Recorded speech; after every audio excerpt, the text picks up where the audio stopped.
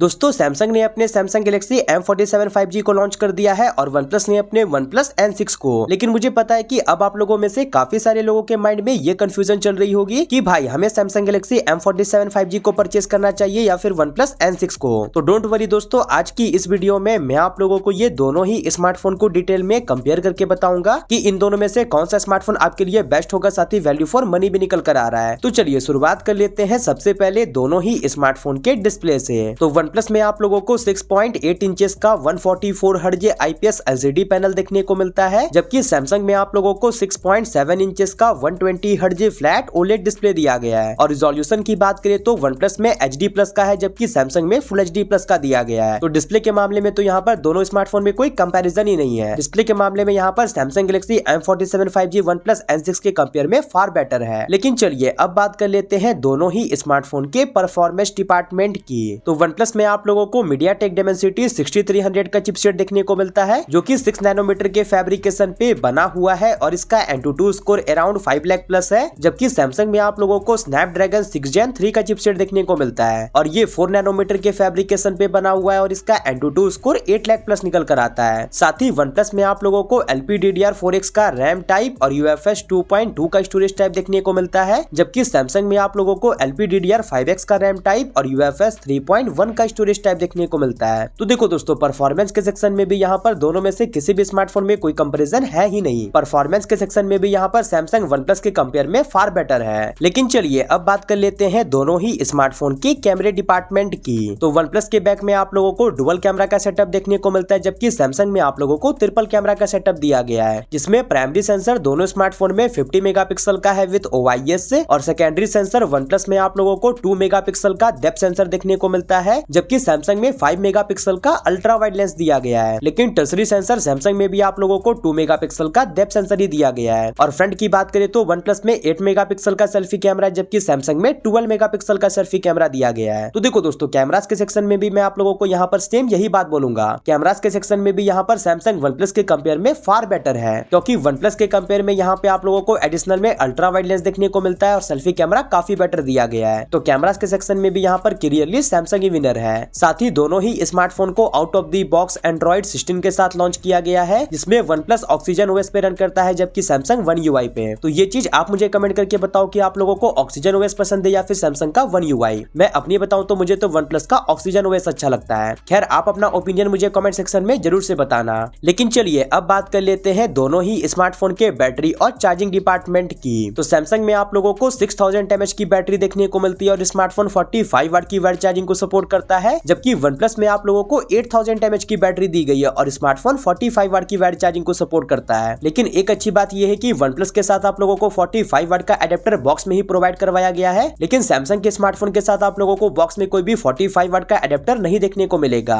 45 वाट का एडेप्टर आप लोगों को अलग से ही परचेस करना पड़ेगा। तो बैटरी और चार्जिंग के मामले में तो यहाँ पर क्लियरली OnePlus ही बेटर है। साथ ही अब बात करें दोनों ही स्मार्टफोन के अदर फीचर्स की, तो दोनों में ही आप लोगों को साइड माउंटेड फिंगरप्रिंट स्कैनर का सपोर्ट देखने को मिलता है और फेस अनलॉक का फीचर तो है ही, लेकिन सैडली दोनों में से किसी भी स्मार्टफोन में आप लोगों को 3.5mm जैक और SD कार्ड के लिए कोई भी स्लॉट नहीं देखने को मिलता है। लेकिन एक इंटरेस्टिंग बात यहाँ पर यह है कि OnePlus में आप लोगों को सिंगल स्पीकर देखने को मिलता है, जबकि सैमसंग में डुअल स्टीरियो स्पीकर दिया गया है। तो यहाँ पर तो OnePlus को डेफिनेटली काम करना चाहिए था। और एट दी एंड बात करें अब ये दोनों ही स्मार्टफोन के डिजाइन और बिल्ड क्वालिटी की, तो आप लोग देख सकते हो कि बैक से ये दोनों ही स्मार्टफोन का डिजाइन कुछ ऐसा दिया गया है, जिसमें दोनों ही स्मार्टफोन का बैक भी पॉलीकार्बोनेट और फ्रेम भी पॉलीकार्बोनेट का है। और साथ ही IP रेटिंग की बात करें तो सैमसंग में आप लोगों को IP64 की रेटिंग देखने को मिलती है, जबकि OnePlus में IP65 की रेटिंग दी गई है। और फ्रंट के प्रोटेक्शन की बात रही तो सैमसंग में आप लोगों को गोरिल्ला ग्लास विक्टस प्लस का प्रोटेक्शन देखने को मिलता है, और जबकि OnePlus के फ्रंट में कौन सा प्रोटेक्शन दिया गया है इसको लेकर मुझे कहीं भी कोई इन्फॉर्मेशन नहीं मिली। तो यहाँ पर बिल्ड क्वालिटी के सेक्शन में भी यहाँ पर सैमसंग ही विनर निकल के आ रहा है। तो ये रहा दोस्तों Samsung M47 versus OnePlus N6 का ओवरऑल कंप्लीट कंपैरिजन। लेकिन चलिए अब बात कर लेते हैं ये दोनों ही स्मार्टफोन के प्राइसिंग की। तो OnePlus N6 को इंडियन मार्केट में टोटल 2 वेरिएंट्स में लॉन्च किया गया है, जिसमें कि पहला वेरिएंट है 4+ 128GB और दूसरा वेरिएंट है 6+ 128GB। जबकि सैमसंग गैलेक्सी M47 5G को इंडियन मार्केट में टोटल 3 वेरिएंट्स में लॉन्च किया गया, जिसमें से कि जो पहला वेरिएंट है 6+ 128GB, दूसरा वेरिएंट है 8+ 128GB और तीसरा वेरिएंट है 8+ 256GB। और यहाँ पर मैं आप लोगों को दोनों ही स्मार्टफोन के 6+ 128GB की ही प्राइसिंग कंपेयर करके बताऊंगा, क्योंकि अभी के टाइम में 4GB रैम वाला स्मार्टफोन लेने का कोई सेंस ही नहीं बनता है। तो OnePlus N6 का जो 6+ 128GB वाला वेरिएंट है उसका प्राइस रखा गया 25K और ऑफर्स वगैरह लगाने के बाद आप लोगों को 22K तक देखने को मिलेगा। जबकि Samsung Galaxy M47 का जो 6+ 128GB वाला वेरिएंट है उसका प्राइस रखा गया 26K